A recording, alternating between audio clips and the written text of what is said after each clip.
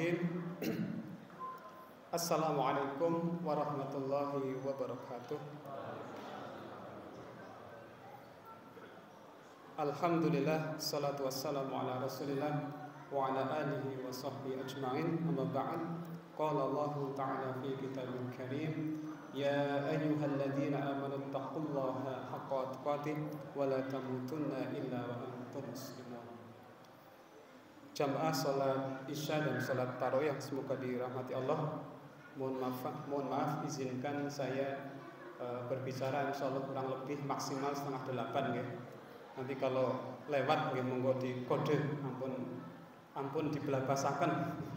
Nanti khawatir kok salat Isyanya atau tarawihnya ngantuk gitu. Baik, yang pertama marilah kita bersyukur kepada Allah Subhanahu wa taala di kesempatan malam hari ini kita masih diberi nikmat untuk bersama menikmati indahnya Ramadan sampai hari yang insya Allah ke-28 ya hari ini. Kita masuk ke hari yang ke-28.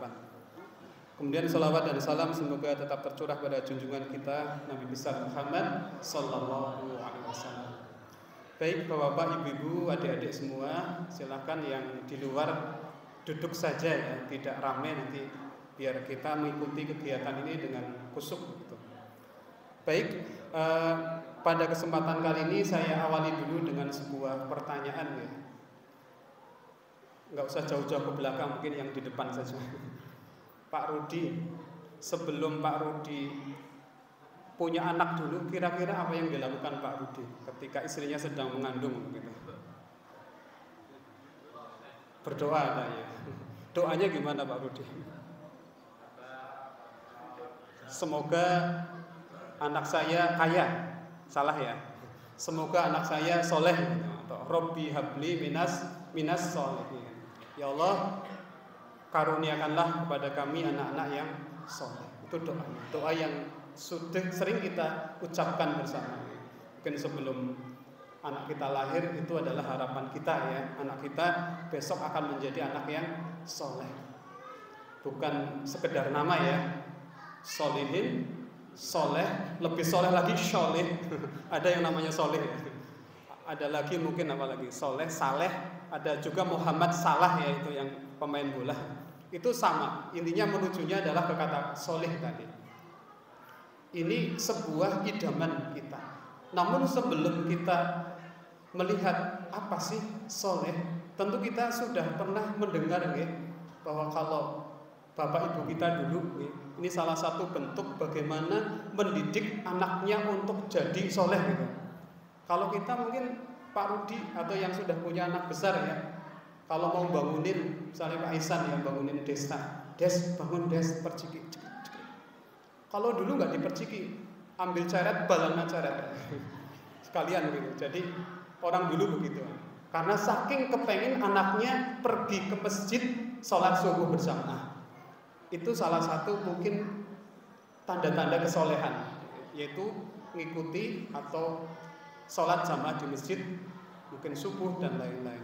Itu salah satu tanda-tanda kesolehan.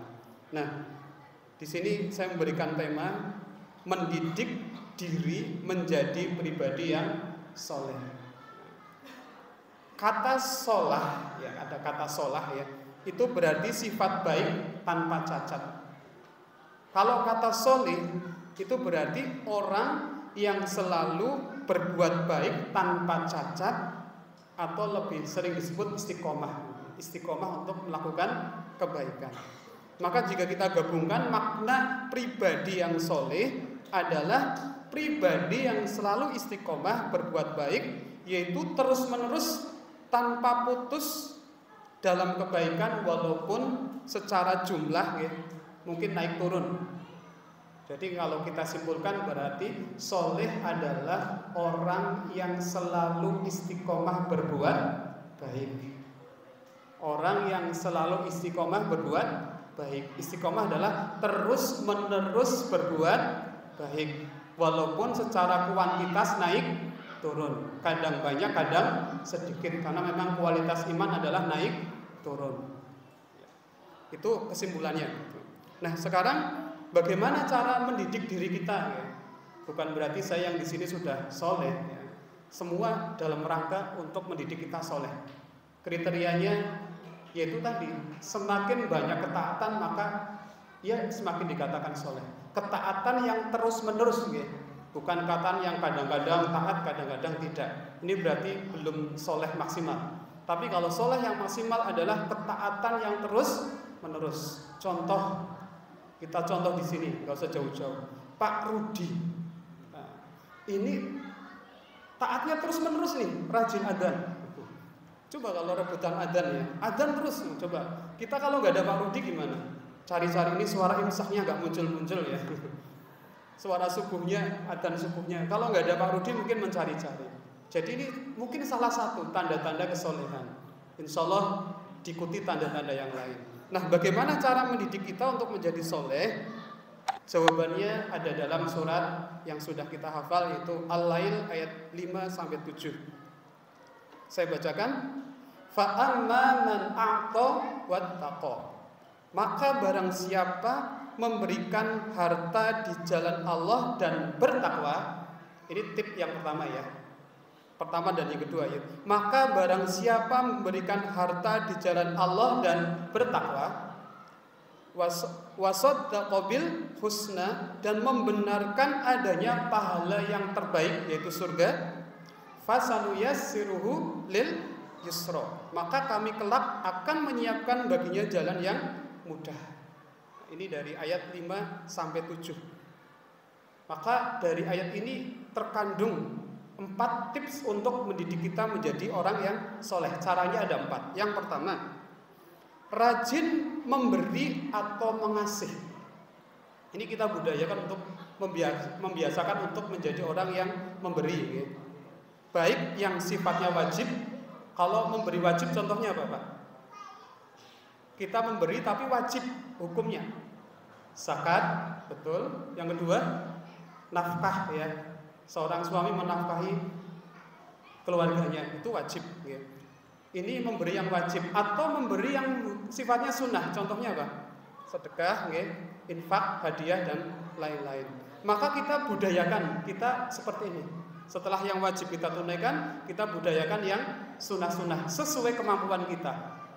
Misalnya ada yang sudah membiasakan, oh setiap hari saya setelah yang wajib ya, membiasakan menaruh di kotak infak setiap hari mungkin 2.000 terus menerus. Maka dalam hal ini dia sudah soleh dalam memberikan infak. Nah, dan ini naik turun. Bisa saja kadang-kadang dia ngasih infak 1 juta, kadang-kadang 100.000, kadang-kadang 1.000, dan itu terus menerus tidak ditinggalkan walaupun jumlahnya naik turun. Kemudian yang kedua, dan sebelum menginjak yang kedua, tolong ini sebentar lagi Idul Fitri ya. Biasanya akan ada budaya memberi angpau, bukan angpau ya, THR gitu. Anak. Tapi tolong saya pesan, jangan budayakan ke anak kita untuk meminta. Ini nanti akan menjadikan budaya yang tidak baik. Tapi kalau diberi nggak apa-apa, diterima. Tapi jangan budaya, kamu ke tempat mbah nanti biar dikasih ya. Kamu, ini kurang bagus. Jadi kita berkunjung saja silaturahmi, tapi jangan ajari anak kita untuk meminta. Kalau dikasih, terima saja. Syukur-syukur kita memberi, itu lebih keren lagi. Kemudian yang kedua, meningkatkan takwa dengan berusaha menahan hawa nafsu dan menjaga diri dari yang haram. Ini jalan yang kedua, cara yang kedua. Setelah tadi pertama budayakan untuk memberi, kemudian yang kedua meningkatkan ketakwaan dengan cara menahan hawa nafsu dan menjauhi dari yang haram. Alhamdulillah kita Ramadan betul-betul kita dilatih ya, supaya kita menjauhi dari hal-hal yang haram, dari hal-hal yang tidak baik ya, dan kita berusaha mengendalikan hawa nafsu kita. Kemudian yang ketiga, yakin akan janji Allah. Pertama tadi memberi, yang kedua meningkatkan ketakwaan, yang ketiga yakin akan janji Allah. Janji Allah apa? Pahala. Pahala berupa apa? Surga. Surga yang paling nikmat apa? Melihat wajah Allah. Ini cita-cita tertinggi seorang muslim ya. Melihat wajah Allah. Jadi wajah Allah adalah kenikmatan yang paling tinggi. Nanti insya Allah kita, misalnya nanti Pak Aziz lagi asik menikmati surga insya Allah ya, tiba-tiba terbuka pintu langit, maka bidadari-bidadari dilupakan. Betul. Karena melihat wajah Allah, lupa semua kenikmatan. Karena melihat wajah Allah. Ini cita-cita kita yang penting. Seperti ibarat ibu-ibu yang lagi motong-motong apel ya, pakai pisau. Ketika Yusuf lihat, lupa nggak apelnya? Lupa. Ada cowok ganteng lewat, sampai yang dipotong-potong bukan apelnya tapi jarinya sendiri. Itu seperti itu mungkin ibaratnya ya. Jadi ini adalah janji Allah bahwa kita akan mendapat pahala ketika kita menjadi orang yang soleh. Kemudian yang keempat, senantiasa berdoa kepada Allah supaya diberikan jalan yang mudah dalam melakukan kebaikan, sehingga kita istiqomah untuk melakukan ketaatan terus menerus. Kita simpulkan ada 4 untuk mendidik kita menjadi orang yang soleh. Yang pertama, rajin memberi. Yang kedua, meningkatkan ketakwaan. Yang ketiga, yakin akan janji Allah.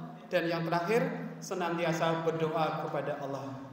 Ini insya Allah mudah-mudahan bisa memberikan manfaat untuk kita semua. Dan di ujung Ramadan ini kita akan membiasakan kita untuk senantiasa melakukan ketaatan. Selepas Ramadan, budaya yang sudah baik mudah-mudahan masih tetap dipelihara. Contoh, kita terbiasa ke masjid, ya monggo di luar bulan Ramadan kita berusaha istiqomah ya untuk datang ke masjid. Yang kita terbiasa sholat malam, tahajud, mungkin dibudayakan juga setelah Ramadan nanti kita tetap sholat walaupun jumlahnya nggak 11, paling minimal mungkin kepepetnya 1 rakaat sholat witir itu nggak masalah nih, atau 3 rakaat atau berapa semampu kita.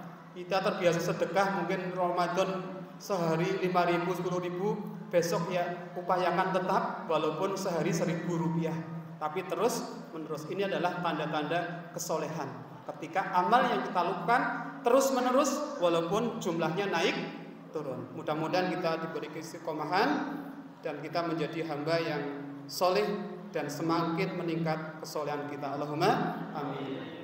Terima kasih, mungkin itu yang saya sampaikan. Kita tutup dengan bacaan alhamdulillah dan doa kafaratul majlis. Alhamdulillahirabbil alamin. Subhanakallahumma wa bihamdik, asyhadu an la ilaha illa anta, astaghfiruka wa atubu ilaik. Assalamualaikum warahmatullahi wabarakatuh.